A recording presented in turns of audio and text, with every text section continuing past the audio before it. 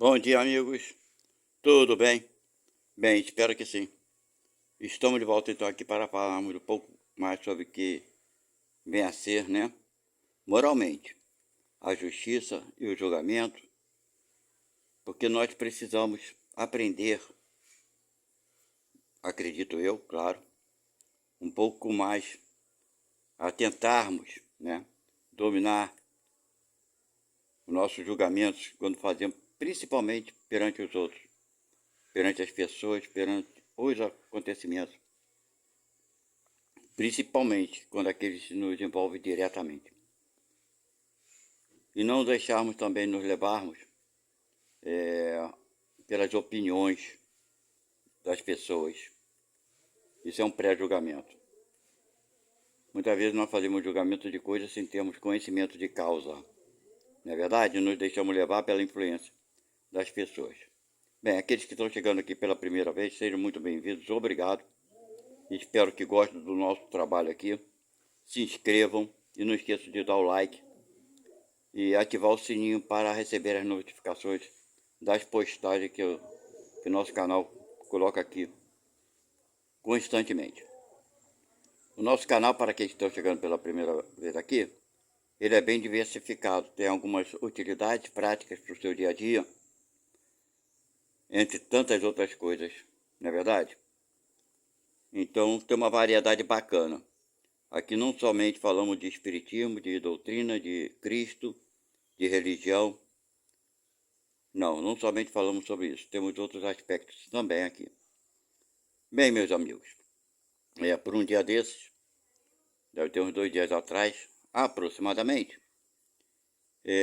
eu vi assisti uma postagem de um rapaz jovem, deve ter 26 anos, se eu não me engano, acho que o nome dele é Pedro, e ele é espírita, e nasceu numa família batista, né, completamente bem oposta ao espiritismo, visto que as religiões batistas e evangélicas condenam o espiritismo, dizendo que os espíritas conversam com demônios, capetas, diabos e por aí vai.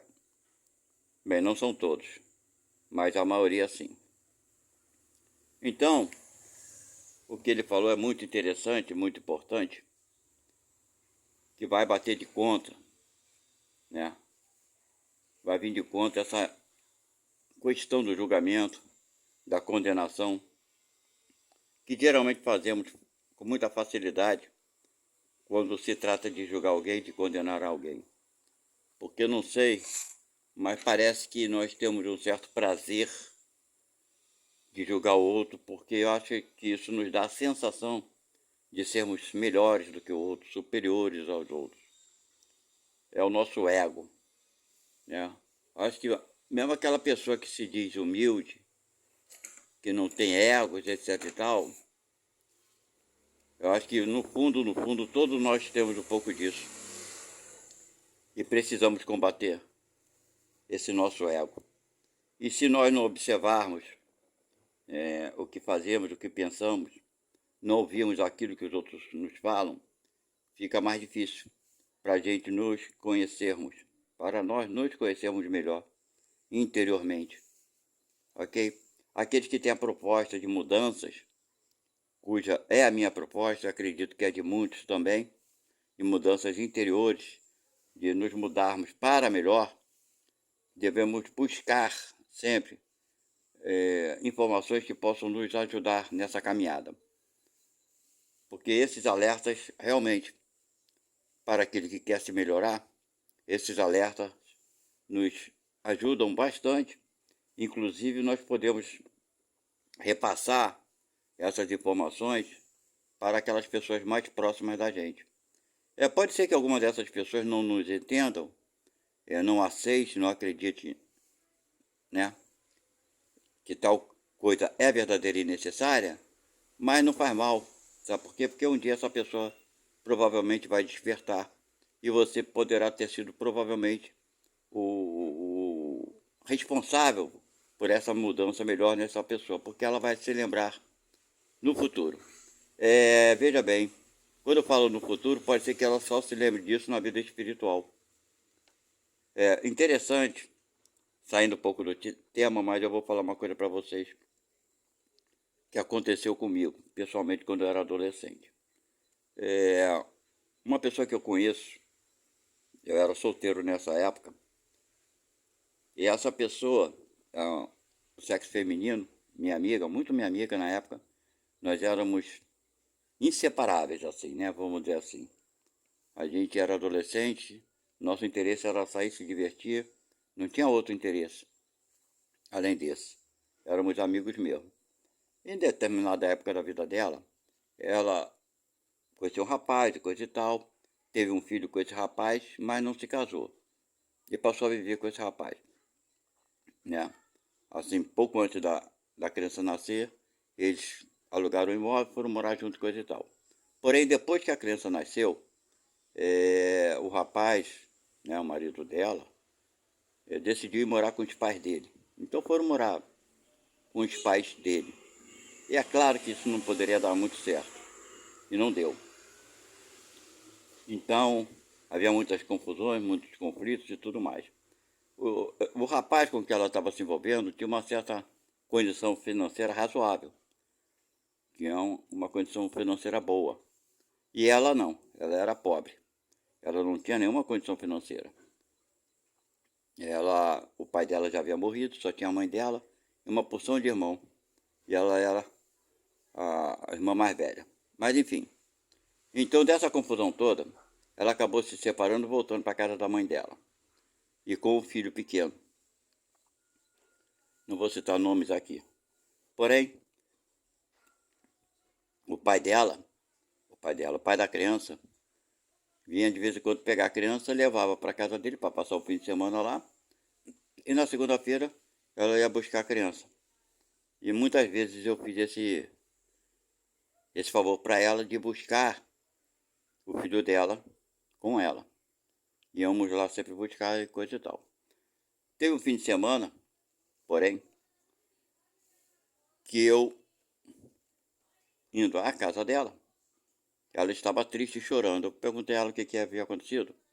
E ela falou para mim o seguinte, não, que o pai do meu filho não quer entregar o filho, falou que eu sou pobre, que eu não tenho condições de sustentar, de criar, e mandou procurar a justiça. Aí eu falei para ela, mas assim, do nada? Ela falou, não, eles sempre brigaram muito, eles queriam, os avós, né, paternos da criança, queriam tomar o domínio da criança, porque ela não tinha condição financeira. O pai, que é o filho dos avós, claro, claro, estavam torcendo para que isso acontecesse. Então tomaram o filho dela na força da marra. Então, eu vendo essa situação, eu falei para ela, olha, vamos fazer o seguinte, vamos até lá e eu vou trazer teu filho contigo hoje. Agora, o filho é teu, eles não podem fazer isso. Ela ficou receosa, ficou com medo de acontecer alguma coisa. Eu falei, não, não vai acontecer nada. Vamos até lá e você vai voltar com o teu filho e tu não devolve mais o teu filho para ele nem visitar. Se ele quiser visitar, que ele venha aqui na tua casa e saia sem o teu filho. Ele não leve mais teu filho para lá para não ter esse problema. E que ele procure a justiça. Que aí dentro da justiça, o que vai acontecer? Ele vai ser obrigado a pegar e devolver. Entendeu? Aí ele que procure os direitos dele, mas você não deixa mais a criança ir para lá. Vamos lá buscar teu filho agora. Bem, assim procedemos. Fomos até a casa, né, dos avós da criança. A criança não tinha nem um ano de idade, tinha meses, sei lá. Era um bebezinho mesmo. Batemos palma, a mãe do marido dela veio até o portão. Ela falou, o que você está fazendo aqui? Falou para minha amiga. Ela falou, só senhora, deixa eu falar uma coisa para a senhora. A senhora está com o filho dela, isso está errado, porque a mãe é ela, e eu vim aqui buscar a criança agora. Mas não pode, que não sei o quê, porque ela não tem condição. Eu falei, não importa se ela tem condição não. Ela é a mãe. Ou a senhora vai pegar a criança agora e trazer aqui para a mãe, ou eu vou invadir sua casa e vou pegar a criança à força. A senhora escolhe o que a senhora quer. Eu não venho aqui para ficar discutindo com a senhora sobre aspecto nenhum. E o seu filho não está em casa, seu marido? Chame eles. Não, eles não estão não. Então a senhora faz o seguinte, pega a criança ou eu vou entrar e pegar. A senhora entendeu? Pega a criança agora. E os direitos que o seu filho tem como pai, procure na justiça e a justiça dará o direito que ele tem. Mas eu quero essa criança aqui agora. A senhora vai pegar ou não vai? Mas eu falei, eu estava nervoso. Falei com um tom agressivo. Ainda mais naquela época que eu era adolescente, era mais revoltado, muito revoltado com as coisas, né? Com a injustiça principalmente. Bem, o que aconteceu? Foi que ela, com medo, com receio, eu vou pegar, mas meu marido, tá, seu marido vai lá conversar com ela, seu filho vai lá conversar com ela, vai com a polícia, vai com o que for.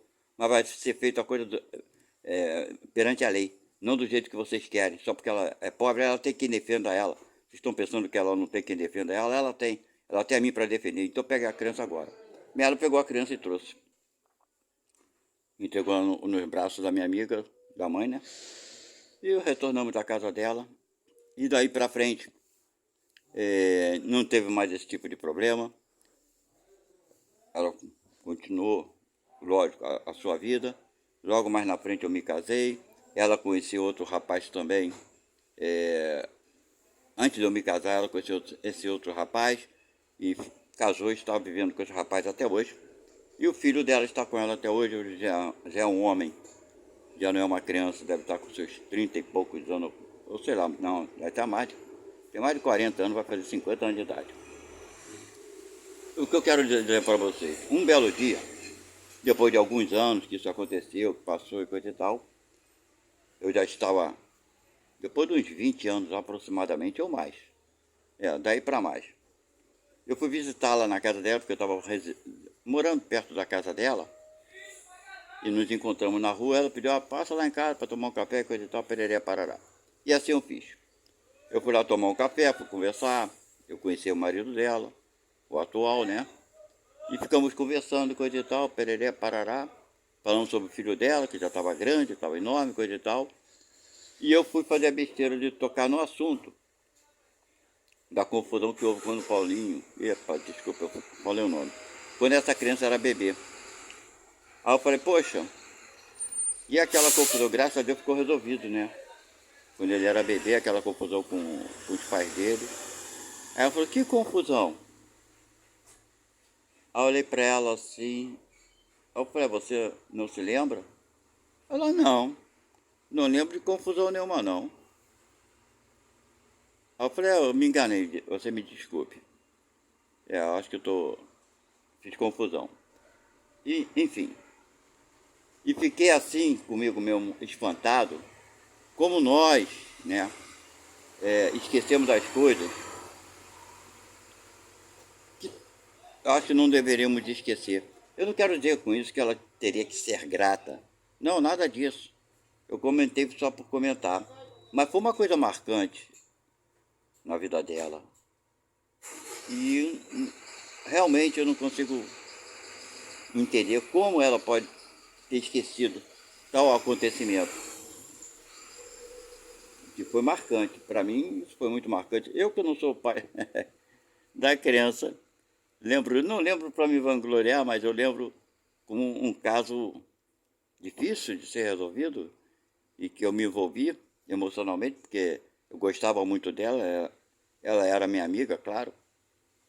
Enfim, e ela, por ter sido beneficiada, seja como for, naquele momento de angústia, só quem passa que sabe, não é verdade? E, no entanto, esquecer de tal coisa. Então, meus amigos, por aí é que a gente vê, se a gente esquece de umas coisas que são tão marcantes, mas esse esquecimento sempre será temporário.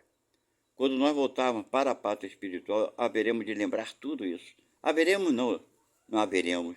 Lembraremos de tudo isso, porque aqui o corpo físico, né, ele nos impede, né, de termos um acesso às coisas que acontecem aqui na Terra, na vida que vivemos. Imagina a outras coisas, né? A outras informações de vidas passadas e tudo mais. Por isso que o julgamento, quando Jesus fala para não julgar, né? E quando ele fala de perdoar não 7 vezes, 70 vezes 7, essas mensagens são muito importantes no nosso dia a dia, na nossa vida.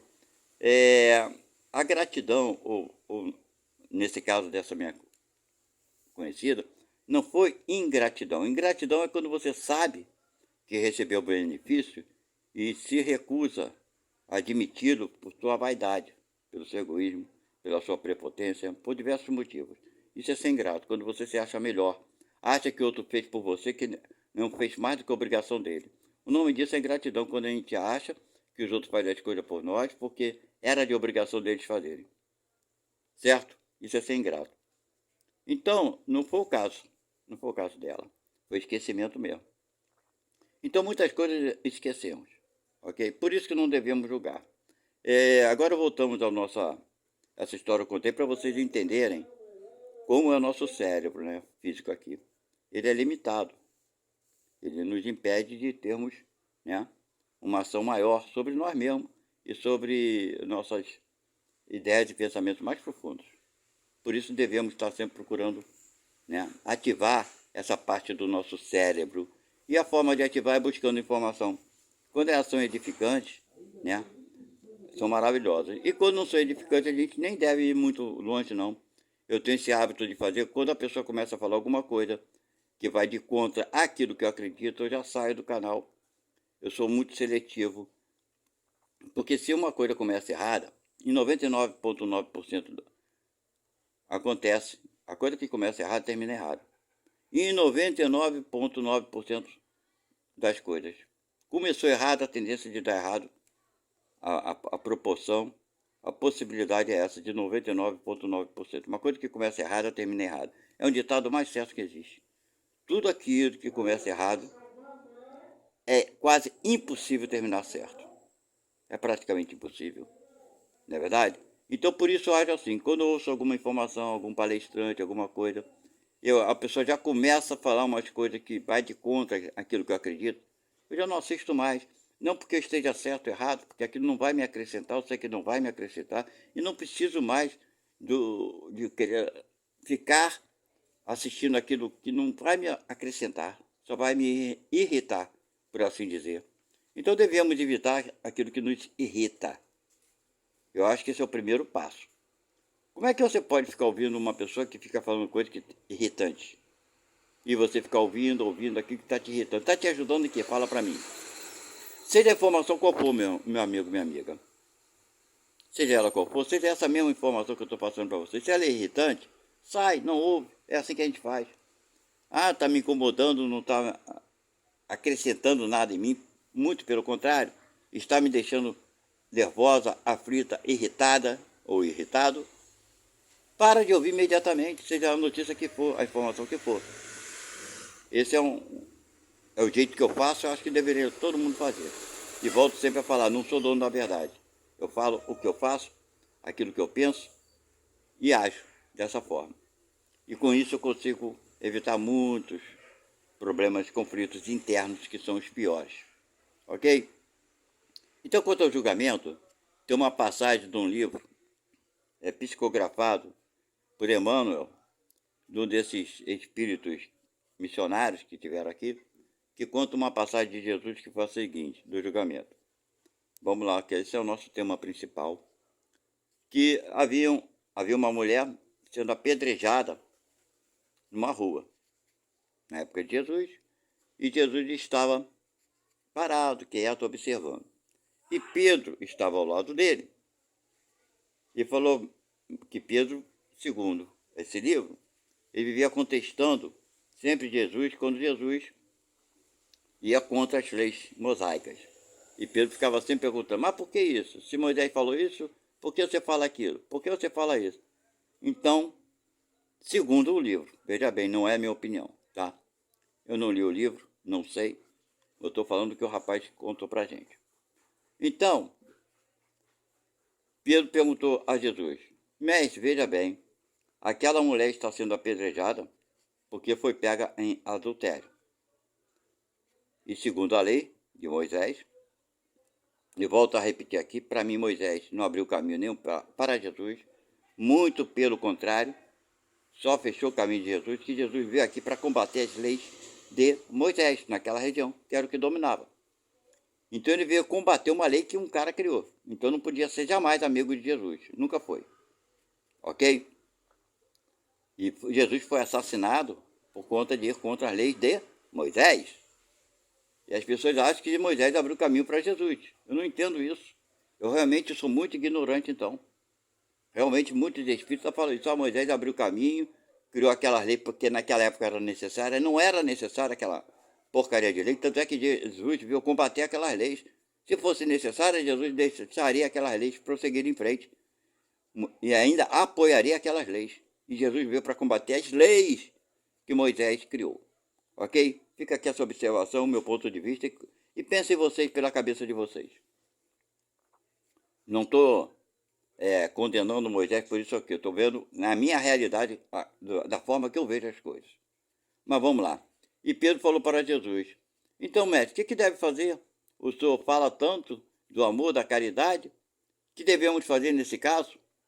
E Jesus ficou calado. Nada respondeu a Pedro. Daí alguns minutos, algumas outras pessoas vieram e falaram: não, essa mulher não é adúltera. Ela foi assaltada por 2 indivíduos, e os 2 indivíduos começaram a acusá-la como adúlteras, para que eles pudessem fugir.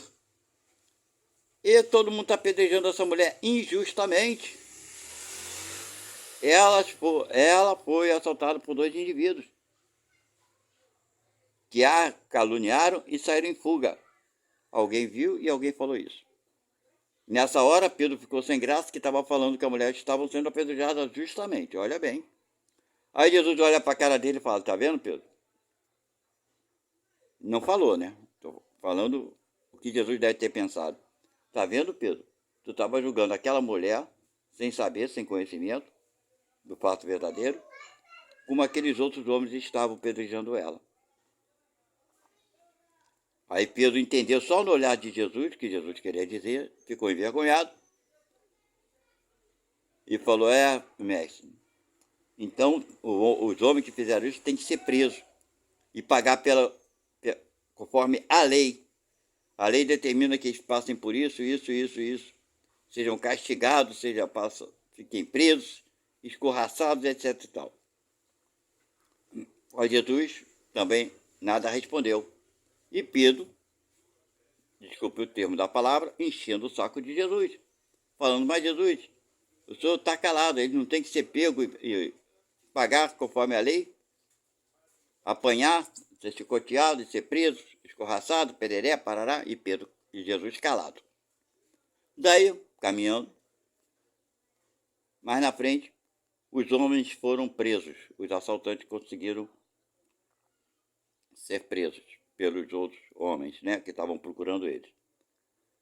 Eram 2 homens. Quando Jesus chegou perto desses homens, junto de Pedro, Pedro observou os 2 homens e os reconheceu como sendo seus enteados. Ok? Era o filho da esposa dele. Aí Pedro ficou espantado, aí já mudou a opinião de Pedro.